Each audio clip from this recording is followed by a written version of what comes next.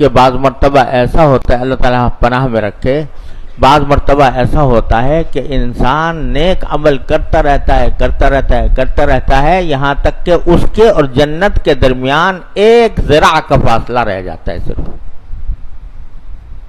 اتنا اس نے نیک کام کیے کہ اس کے اور جنت کے درمیان صرف ایک ذراع کا فاصلہ رہ گیا. پھر اچانک اس میں تبدیلی آتی ہے اور وہ جہنمیوں کے کام کرنے شروع کر دیتا ہے. الیاذ باللہ، اللہ تعالیٰ اپنی پناہ میں رکھے. جہنمیوں کے کام کرنے شروع کر دیتا ہے تو انجام، پھر خاتمہ جو ہے وہ اللہ بچائے جہنم کے اعمال کے اوپر ہوتا ہے.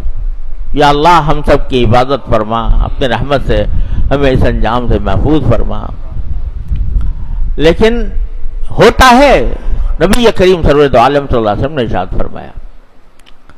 اور تاریخ میں دیکھو تو کیسے کیسے عبرت انگیز واقعات ملتے ہیں کہ آدمی سب کچھ کرنے کے بعد، سب کچھ تکمیل کرنے کے بعد، سارے عبادتیں کرنے کے بعد، گناہوں سے بچنے کا اہتمام کرنے کے بعد اچانک بھٹک گیا.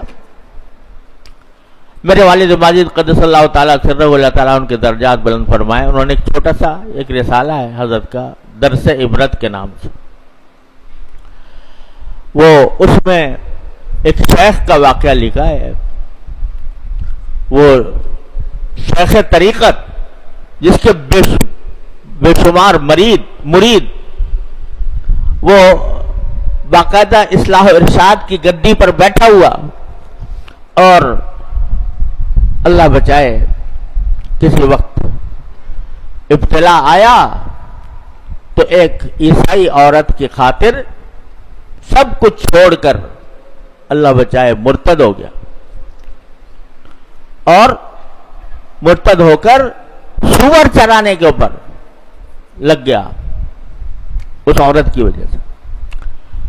وہ تو اللہ تعالیٰ کا کرم تھا کہ کچھ نیک بندے اس کی حلقہ ارادت میں تھے، انہوں نے یہ حالت دیکھی تو دعائیں کی، اللہ تعالیٰ سے روئے، گڑ گڑائے، تو پھر اللہ نے واپس کر دیا. لیکن ایک شیخ طریقت بھی کس طرح غلط راستے پر پڑ سکتا ہے، اس کا بڑا عبرت والا واقعہ حضرت والا نے ذکر کیا ہے درس عبرت میں. تو یہ محض ایک مفروضہ نہیں ہے، واقعات بھی ہیں کہ آدمی کا دل بدل جاتا ہے، دل میں ٹیڑھ پیدا ہو جاتی ہے عمل کی راستے میں. اس لیے دعا سکھائی جا رہی ہے کہ اللہ ہمیں ہمارے دلوں کو ٹیڑھا نہ کیجیے گا، ہمارے دلوں میں ٹیڑھ پیدا نہ کیجیے گا. یہ نفس جو ہے نا انسان کا، شیطان تو ہے ہی ہے جو کچھ ہے، اور شیطان کے بارے میں قرآن کریم نے یہ بھی کہہ دیا کہ نہ قید شیطانی کانا ضعیفا. شیطان جو ہے نا یہ اس کا اتنا اگر آدمی اس کے سامنے ڈٹ جائے تو یہ کمینہ ہے. کمینہ آدمی کی خاصیت یہ ہوتی ہے کہ اگر کوئی آدمی اس کے سامنے ڈھیلا پڑ جائے تو وہ شیر ہو جاتا ہے، اور اگر کوئی اس کے سامنے ڈٹ جائے تو بس وہ ڈھیر ہو جاتا ہے. اذا انت اکرمت الکریم ملکتہ وان انت اکرمت اللئیم تمردا، وہ کیفیت ہے شیطان کی. تو قرآن کہتا ہے ان قید الشیطان کان ضعیفا. لیکن خود ہمارے اندر ایک شیطان بیٹھا ہوا ہے، وہ ہے نفس امارہ، ان نفس لامارۃ بالسوء. یہ بڑی خطرناک چیز ہے. اس کو حالانکہ تربیت کی گئی اس کی، اور مشقتیں برداشت کر کے اس کو عادی بنایا گیا کہ یہ غلط کاموں کی طرف نہ لے جائے. گناہوں سے پرہیز کرنے کی اس کو مشق کرائی گئی، اور اس کے لیے اپنے آپ پر زبردستی کرنے کا اہتمام کیا گیا. تو ذرا مشق اور محنت کے بعد یہ ذرا یہ قابو آ جاتا ہے.